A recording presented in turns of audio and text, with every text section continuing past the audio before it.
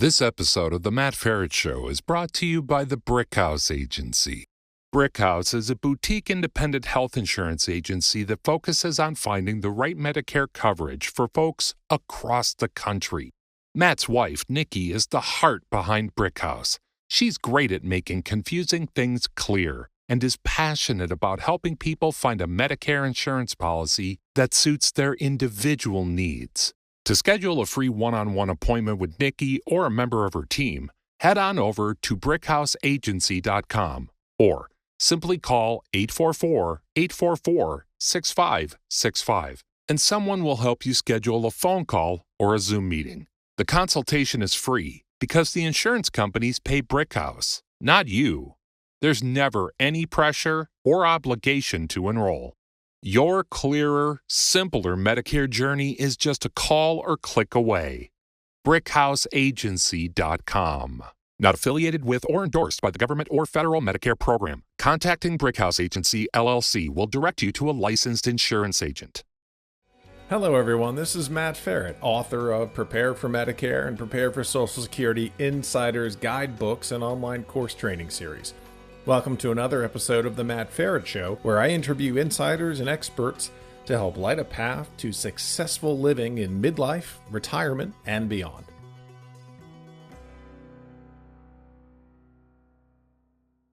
Logan, welcome to the show. Great to be here. Thanks for having me. As I always ask, let's start this off by you telling everybody what you do, how long you've been doing it, and how you help people. Absolutely. Thank you again. My name is Logan DuBose. I'm a physician. I'm a resident physician, which means I'm still in training. And in addition to that, I do research, and my current research is in collaboration with the National Institute on Aging on dementia caregivers. So these are family members, of course, that take care of somebody with dementia, but also those with disabilities. I'm interested in understanding the infrastructure outside of the hospital that supports them.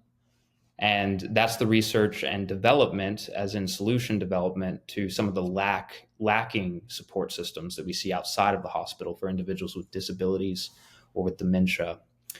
So that is who I am, how long I've been doing that. So I've completed my first year of residency, which I'd be happy to talk about some of the things that I've learned that are motivating towards this research goal that I have of looking at what happens outside of the hospital. I've got the inside of the hospital now. So that's what I've learned in this first year. And then for research, our group has been funded for the last 2 years and has another year of research funded. And we're continuing on, hopefully, with another 3 years of research. We just submitted a proposal. So that work has been going on for a while, and how the research helps people. Currently, it's taken form of a website that's available. The research is all about what is the long-term support infrastructure that exists outside of the hospital. But in plain terms, who can you call when you need help after you've been discharged from the hospital? What services do you need? What medical goods might you need? What products might you need? How much is it going to cost? These common questions that I find patients, when I see them as their primary care doctor on the outside of the hospital, having those questions that are unanswered, that are overwhelming. I find those questions to be the inspiration for what we put onto the website currently. So that's what we're doing right now, and we're doing academically and informally. And there's also a small business component to this as well that I'm happy to talk about, that supports, or hopefully will support soon, the research once the federal support has ended. So that's kind of big picture what I do and who I am. Thanks. What's the website and what does it do? Absolutely. The website is olera.care. That's OLERA.CARE. Olera.care. And the website is a web-based care planning tool that helps families and individuals themselves understand in their local area and in the federal and state level what resources are available. And resources is a very broad term. And to us, it means any and everything that could be a question that you might have. How do I pay for this? What professional do I need for this? What type of doctor, what type of home care professional? These questions that pop up, what do I do right now? We aim to be a source that you can start with, that's well presented, that's adoptable, and caregiver centric, because we're working with caregivers actively to design it from top to bottom. So that's what it does. So give me maybe a real story or a hypothetical. Absolutely. Who is this website and what is this service built for? Or I think I asked that correctly. Who is this site built for, and at what point do people engage, or should they engage with this type of service? You mentioned, I mean, the internet is the internet, so you can Google and Bing and whatever search engine you want all day long, and it's information overload. But there are state resources, some of which are complete or more complete than others, and there are federal resources. Is your attempt here with the grants you've gotten from, did I hear that right? Is it NIH? Yes, absolutely. So it's National Institute of Health has a subsidiary called the National Institute of Aging. And so that is the direct subsidiary, but it's under the National Institute of Health. Yes, sir. Okay, so you're grant based at this point, and you're trying to help people take figure out what to do after discharge. So give me an example. Is it Alzheimer's? Is it dementia? Is it disability? Is it all of the above? Is it more? Is it less? Walk me through a patient care journey from in hospital to future. Yeah, so I'll walk you through kind of a day of a life of a resident, in a sense. You wake up in the morning and you go to the hospital and you'll take a look at your patient list. As an intern, the maximum intern is the first year of residency. This is a baby doctor. The first opportunity to practice medicine is the intern year. So you have 10 patients maximum for a hospital stay. Now, when I look over the year at what most of the patient population was, I'm an internal medicine physician, so I work in the hospital for adults. And most of these individuals that were my patients were adults. They were over 65 and were in the hospital due to what I would call preventable. And when I say most, I'm talking maybe five out of 10 patients were there. Some of the most common conditions that individuals that are over 65 find themselves in the hospital for: failure to thrive. So this is lack of nutrition, not being fed, or not eating properly. Wound infections. This is from inability to get to wound care, for example, or to set up the nursing care at home in order to take care of a wound on the foot, typically. And then these wounds fester and go to the bloodstream, and that's called sepsis. And that's something that is often in the hospital. And then nutrition, urinary tract infections and altered mental status. These are other things. This has to do with incontinence, being difficult to care for at home. Caregivers have a hard time with this. Is a very difficult thing to deal with. When gone too long, urinary tract infections can happen. Those can also cause blood infections. So as I'm walking through the hospital, you can imagine how frustrating it might be to say that, wow, this person doesn't need to be in the intensive care unit. If we would have had a support system outside of the hospital that made sure that they ate, that made sure that their wounds were cared. So I asked myself, what is going on? Why is this percentage so high? These preventable causes. And that's my goal, Matt, is to get that percentage down. What can we do on the outside so that the inside the hospital isn't so preventable? A lot of what happens is preventable. So that's why. So what are we doing? We're doing anything and connecting people with anything and everything that can help them stay out of the hospital. Right now, it's in the form of information that we can deliver online. But we're also exploring how to social workers, for example, who are some of the miracle workers of the hospital. How can we connect them with families, not just in the hospital after a crisis situation, right? So crisis situation occurs. Somebody would log on to the website. Hopefully they would find some information about what a rehab facility is, which is one of the most common places that an individual goes after the hospital post-acute care transition to the rehab facility. Hopefully they would find information about rehab facilities. They would understand what it is, why it makes sense for them to go there. Maybe they're even in the hospital at the time, and I walk in and I understand that that's their next step. And I say, why don't you log on to Olera.care, fill out a profile, and see if you can read a little bit. I'll be back in a bit, and we'll talk about exactly what an assisted living is, or a nursing home is, or a long-term care facility is. These jargon terms are just insane, really. Yep. They are. And so that's my first step, Matt, is what we're trying to do. And then we've got other ideas on top of that. They get as advanced as trying to bring artificial intelligence into these recommendations and these abilities to connect with individuals on what they might need. But the goal is, Matt, is to prevent the preventable as much as possible by supporting the long-term care support system outside of the hospital. That's what we're aiming for. Okay, so you've got, let me stay on post-discharge just for a second. So if someone goes into the hospital for one of, I guess, a myriad of pieces, there are additional steps once it's not so acute, right? Once they get out of ICU, once they're discharged from the hospital, you're really a lot of times talking about home care, home health care, medical, non-medical, skilled nursing, nursing homes, assisted living. And normally, I mean, most of the time, at least for the older adult piece, right, you get somebody with you, hopefully daughter, son, aunt, uncle, spouse.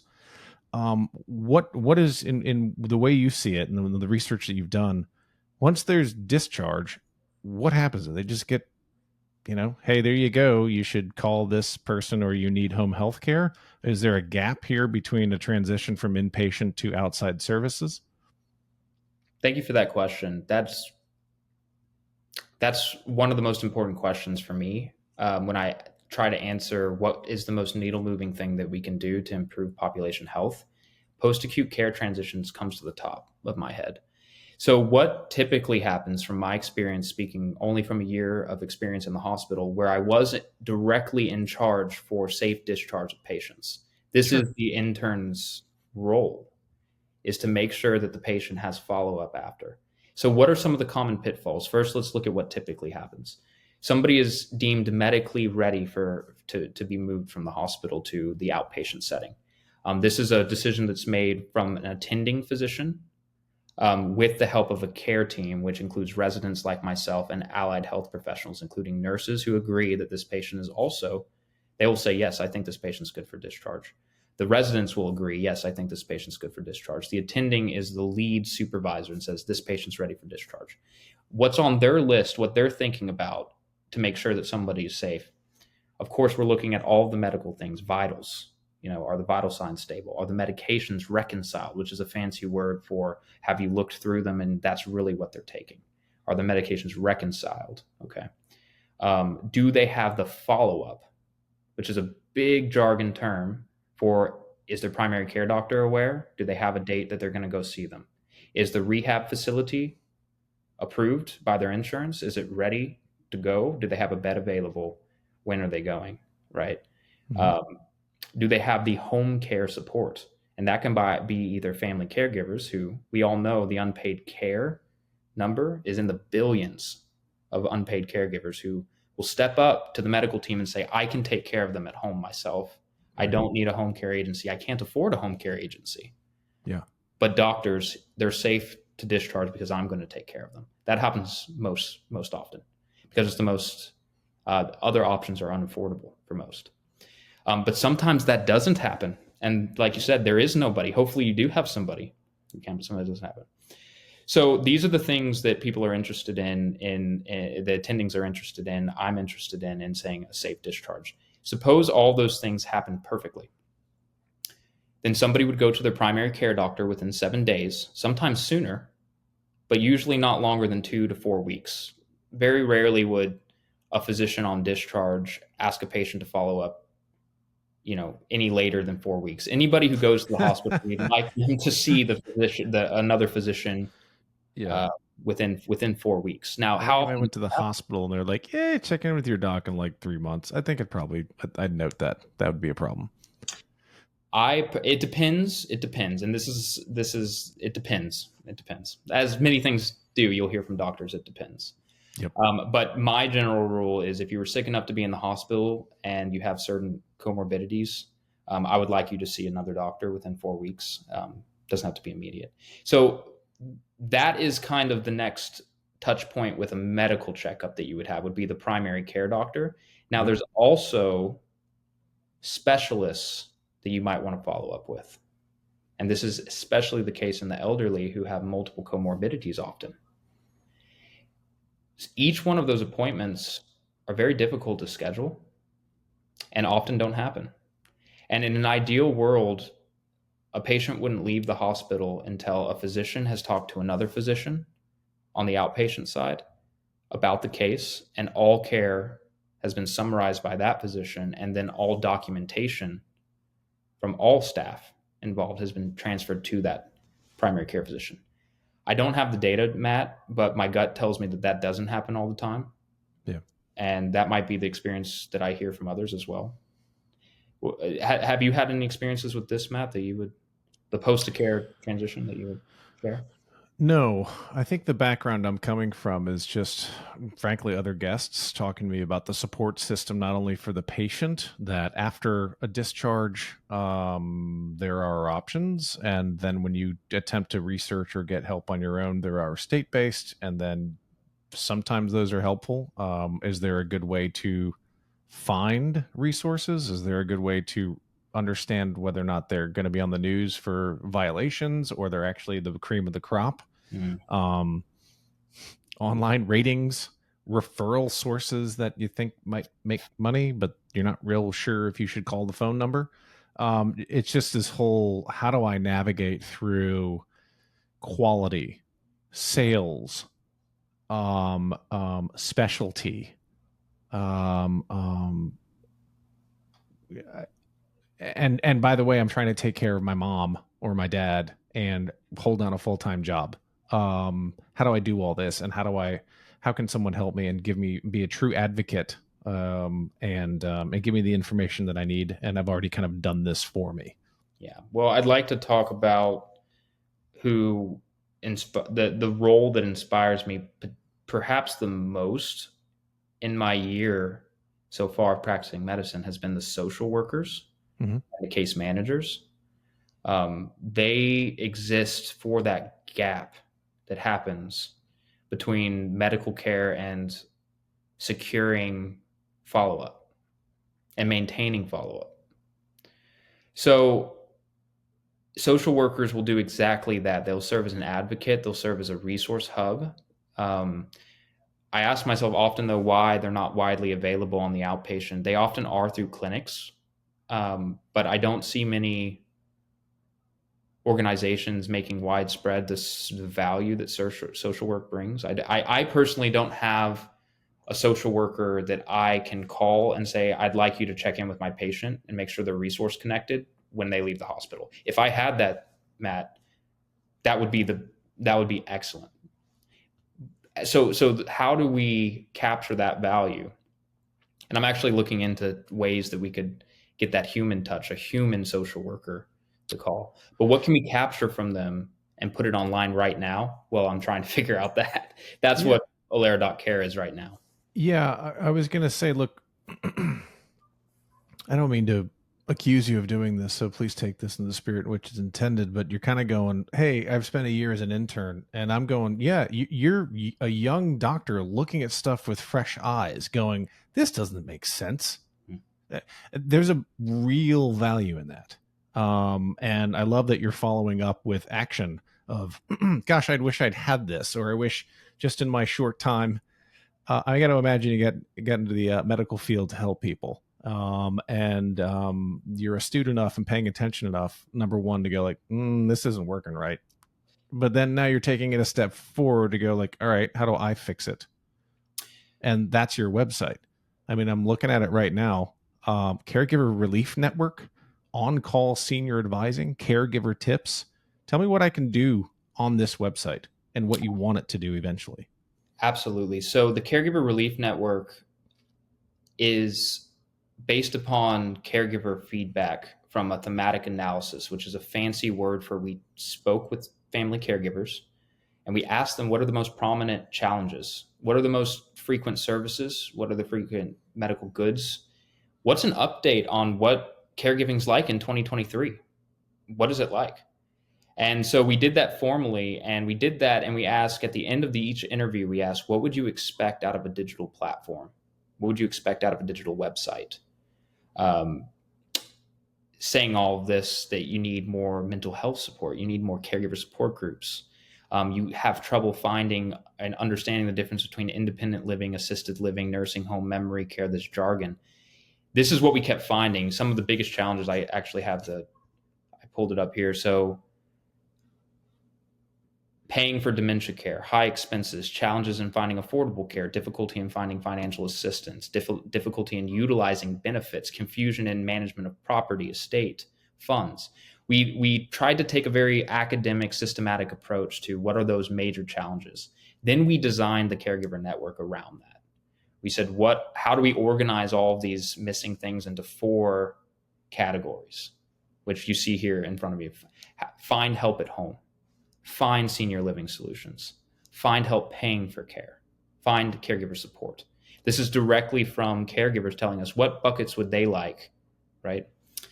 And so from there, we took those expectations for an online platform, a web-based care planning tool, and we created it, which is what you see in front of you. And we tested it with a small cohort of individuals, 35 caregivers or so. It received a 4.7 out of 5 in terms of usability, adoptability. Our goal was 3.6. So we beat our benchmark. We're very happy with ourselves, but we're still not satisfied. So what you see in front of you is great, but there were still families and caregivers saying that this is a lot of information. How do I work through it? And so that's our next step. So we're recruiting 300 more caregivers actively right now. We'll be recruiting for the next 6 months. Wow. We actually are offering a $50 stipend if you'll use this website and talk with us. We know it's not perfect, but it's our best crack, and we have to do it together. We have to figure out something that's not going to overwhelm you as a caregiver. What is the information you need? What are the services you need? How can we present that to you? We need to know what's confusing and what's not. And what we have that we can offer is an academic approach, solid engineering. We have funding in order to create something truly valuable with your input, and government support to do so. So we have networks. And so we really invite any and everybody who's inspired, has experience with dementia caregiving, to reach out to me, and I'll definitely, Matt, provide you with links and such. Join our Facebook page, sign up on the website. Let's talk, and let's see if there's a way that we can create an even better tool together. So that's what I'm so excited, and what we're doing about this big problem, Matt, which is preventable disease, being in the hospital. Just yeah. Yep, preventable disease, and then post hospital, right? Absolutely. Both sides of the coin, right? How to stay out of it from a caregiving standpoint, and from access to healthcare, and then after it. I've got that right. You got it. And Matt, I'll also say, because at this point in the conversation, after I've talked for about 20 minutes or so, things get a little somber. Yeah. I want to kind of combat that with saying another big mission of ours is to bring a better culture around aging, just in general.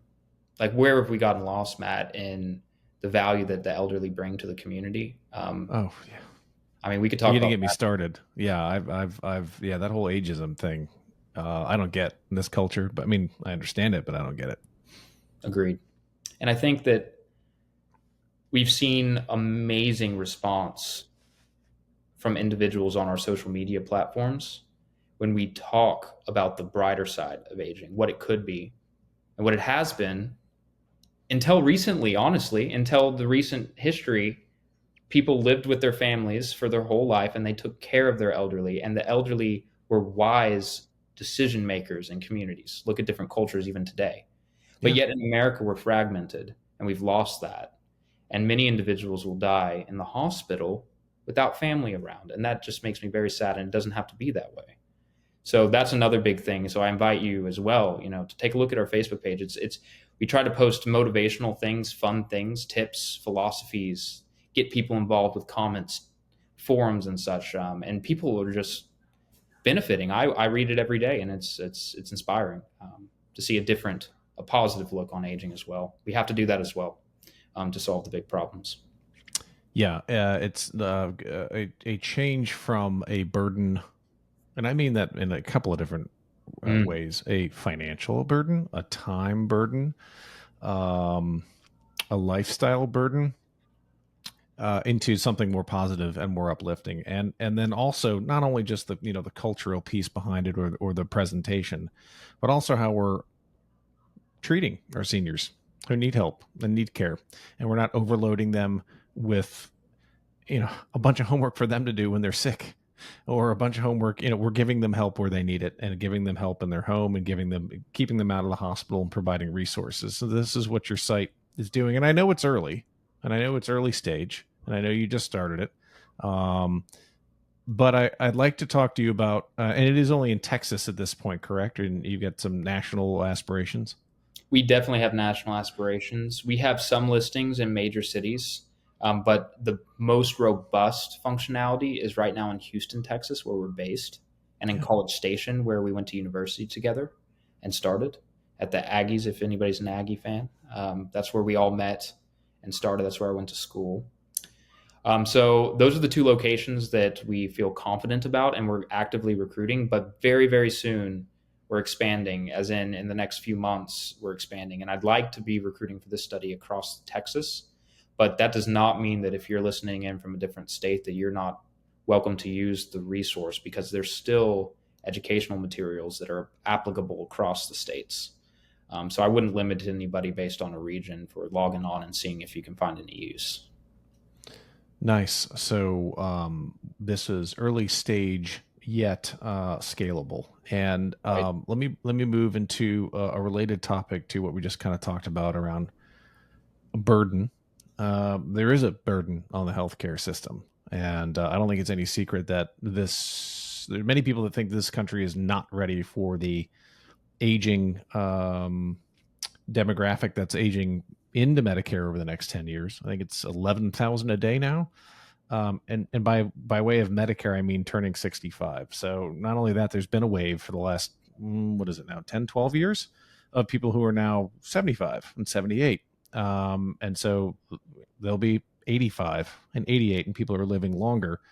And there are still a lot of gaps all over the U.S. healthcare system. Yours is one of them that you're trying to address, and it's a big one. There's also a staffing problem. Unemployment, when we're talking here today, is all-time low.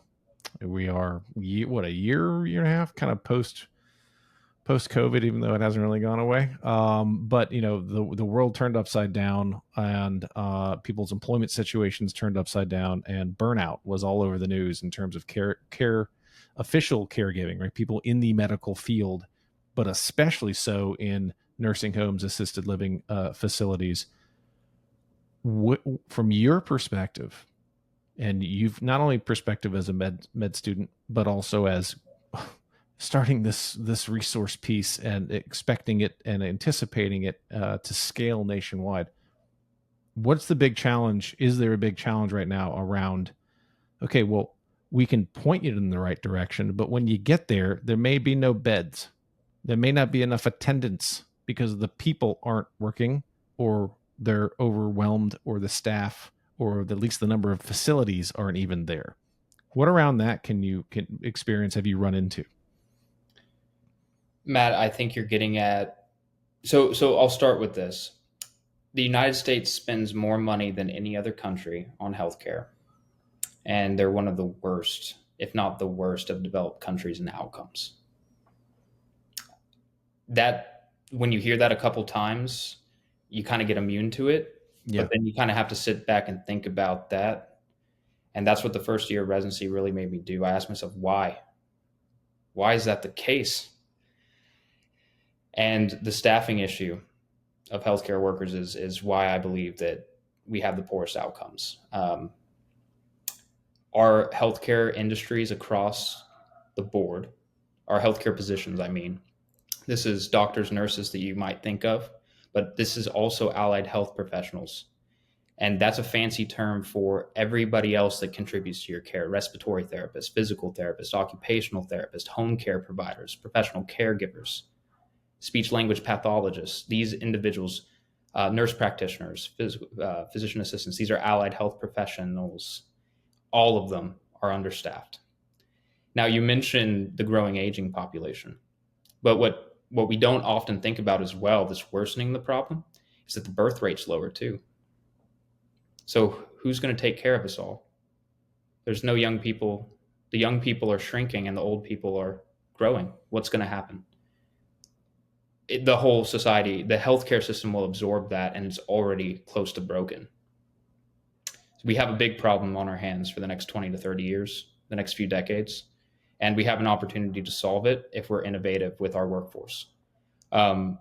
Staffing home care agencies who provide the daily assistance, who interface with the individuals at the home, outside of the hospital. The doctor sees them for 15 minutes once every 6 months.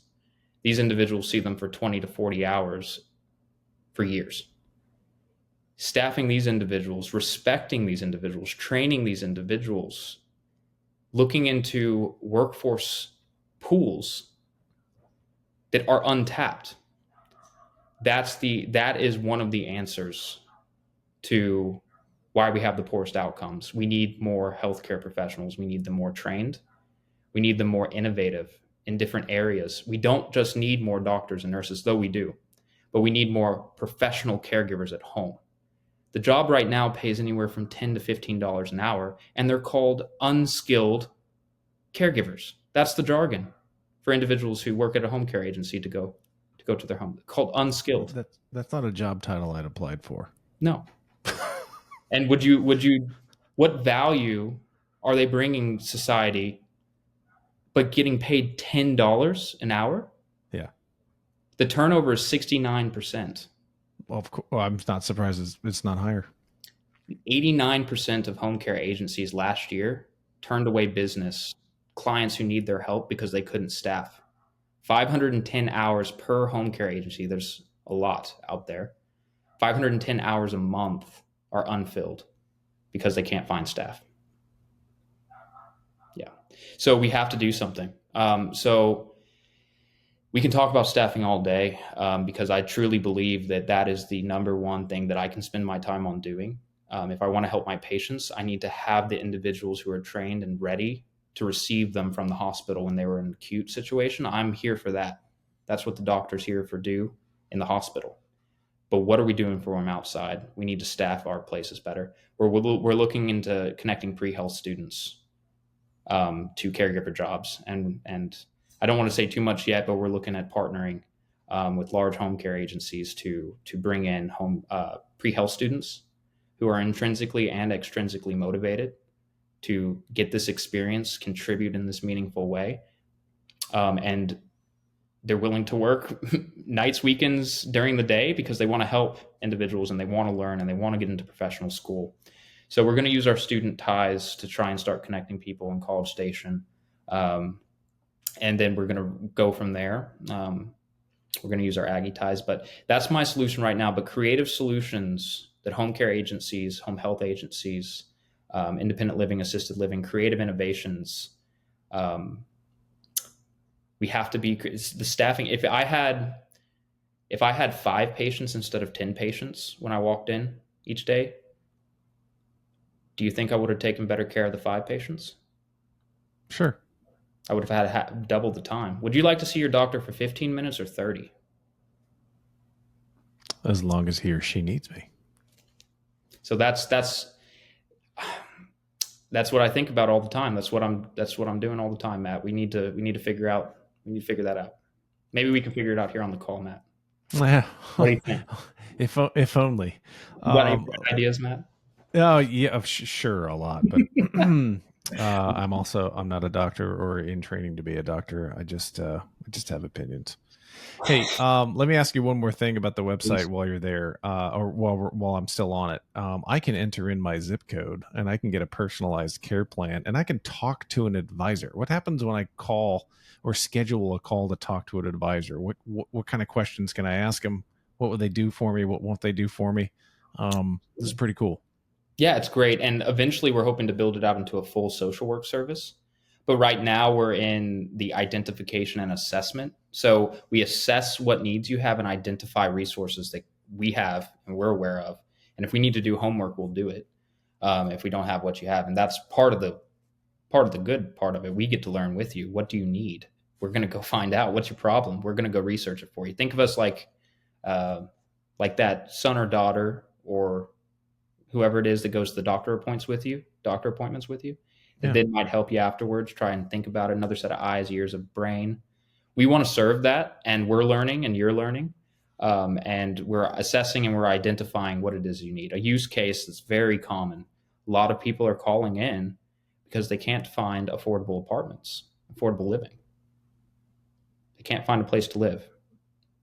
Um, Social Security pays individuals somewhere between 900 to 1200. Sometimes you can have a little bit more a month. yep, How am I going to pay the $4,000 a month at an independent living facility? That's not going to happen.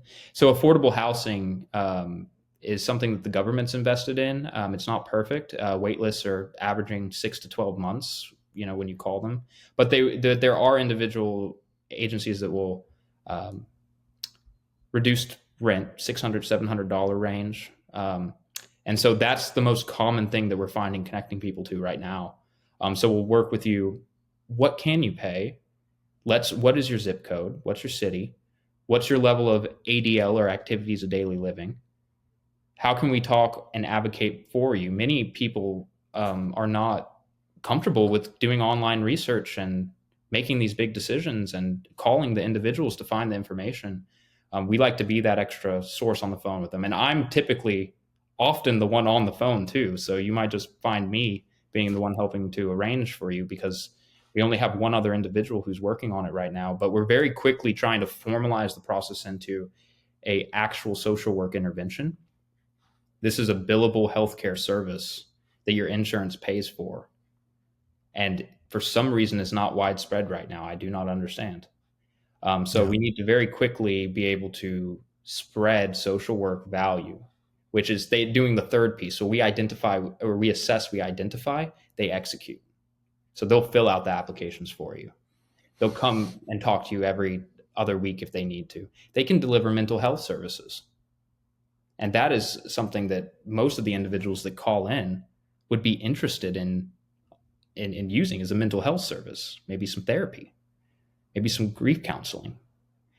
So these are things that I hope that the helpline and the caregiver relief network very soon.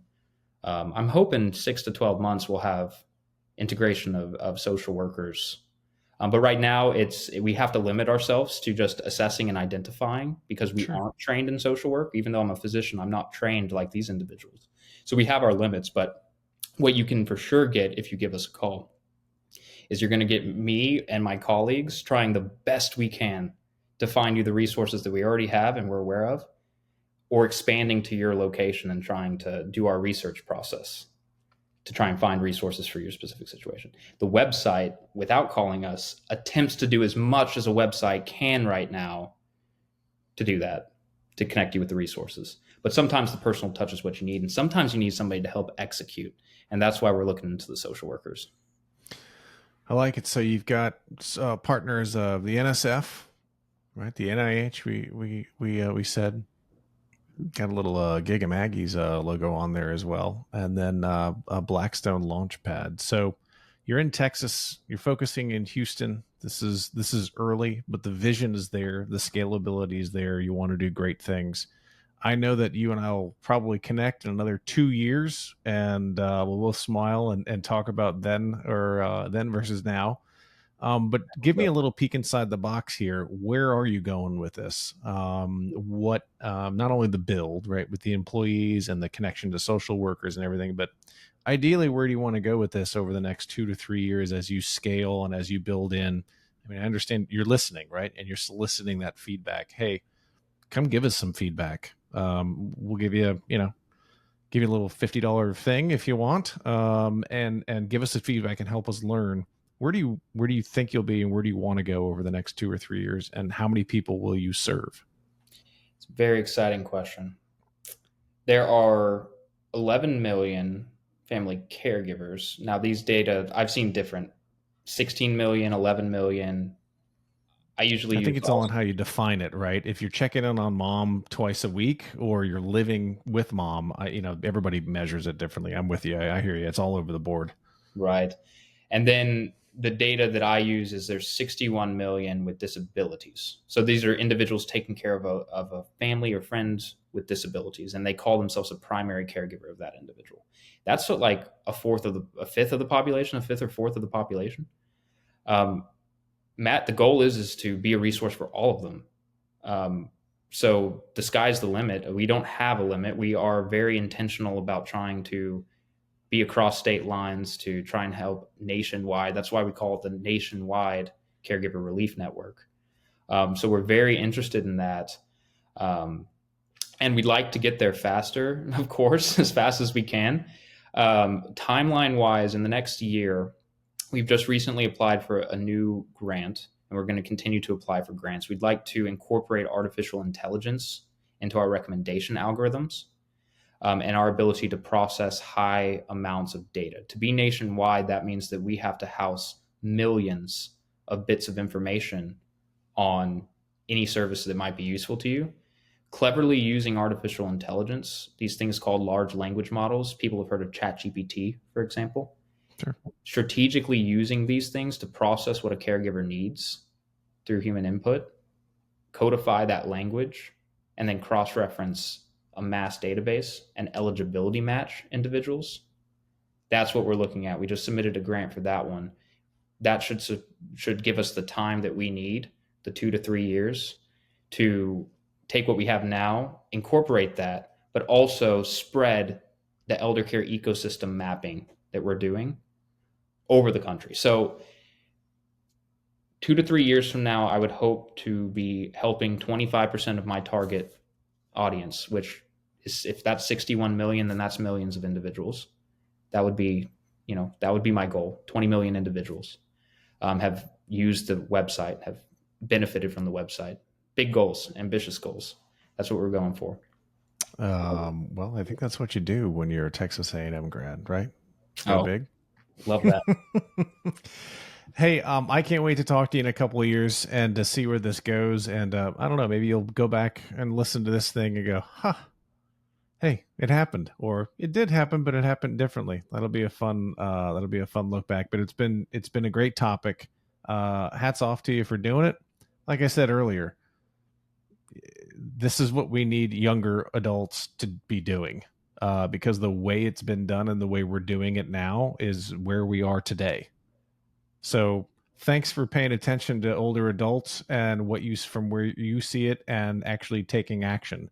Obviously, it's going to be great. You're going to be a doctor and you're going to be helping people every single day. But you're also taking that obvious passion and skill and trying to scale it to help people all across the country. So hats off to you. Logan, what question about your company and the company and your and this topic did I not ask that I should have? Thank you again, Matt, for all of those very nice words. I really appreciate it. This is a team effort. I am one of many individuals that work on our team, so I want to acknowledge the whole Olera team. I am not an engineer, and I am not a lot of things. And so we have great engineers. We have great individuals in public health and academia. So thank you to all of them as well for taking this journey. So what I would say to that, Matt, I guess parting words in a sense. Yeah, if I had to leave you with one thing, I think that one of the biggest issues and the ways that we can help caregivers is to respect and invest in more healthcare workers and continue to support one another in the meantime until the healthcare workforce can catch up to the need. And the ways that we can support one another is to share resources, caregiver to caregiver. That's the most important. Your churches, your volunteer groups, your families, your friends. That's the number one place where that's the backbone of the infrastructure right now. And so we have to keep doing that until the workforce can catch up. So thank you, all of you caregivers, for taking care of our patients when we can't. And that's what I would part with is thank you and keep it up. And it's hard.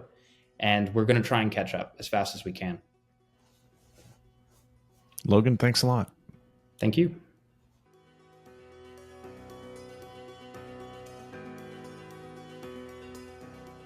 The Matt Ferret Show, related content, publications, and MF Media LLC is in no way associated, endorsed, or authorized by any governmental agency, including the Social Security Administration, the Department of Health and Human Services, or the Centers for Medicare and Medicaid Services. The Matt Ferret Show is in no way associated with, authorized, approved, endorsed, nor in any way affiliated with any company, trademark names, or other marks mentioned or referenced in or on The Matt Ferret Show.